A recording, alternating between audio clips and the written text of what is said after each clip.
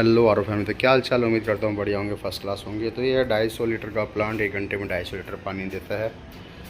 और ये लगा हुआ है एक फैक्ट्री में। तो इसकी करेंगे वॉशिंग। वॉशिंग में क्या है, फ्लो नहीं आ रहा है, 60-70 लीटर का फ्लो आ रहा है और TDS आ रहा है इसका 550।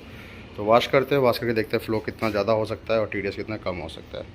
तो सबसे पहले वेस्टेज के आउटपुट पे फ्लेक्सिबल पाइप लगा लेता हूँ। तो नीचे से ड्राम आ रहा है, तो ड्राम भरेंगे और इनपुट यहाँ से लेंगे हाई प्रेशर का। वाला तो मोटर है वाला। नहीं नहीं, समर्सिबल का नहीं है, हाई प्रेशर पंप है। सैटिक डलवाने एक हाथ से पकड़ना है, डालो। इसके अंदर हाँ, डाल दो। ऐसा करो, पकड़ के झटका मारेगा ये, पाइप झटका मारेगा, पकड़ लेना, ठीक है।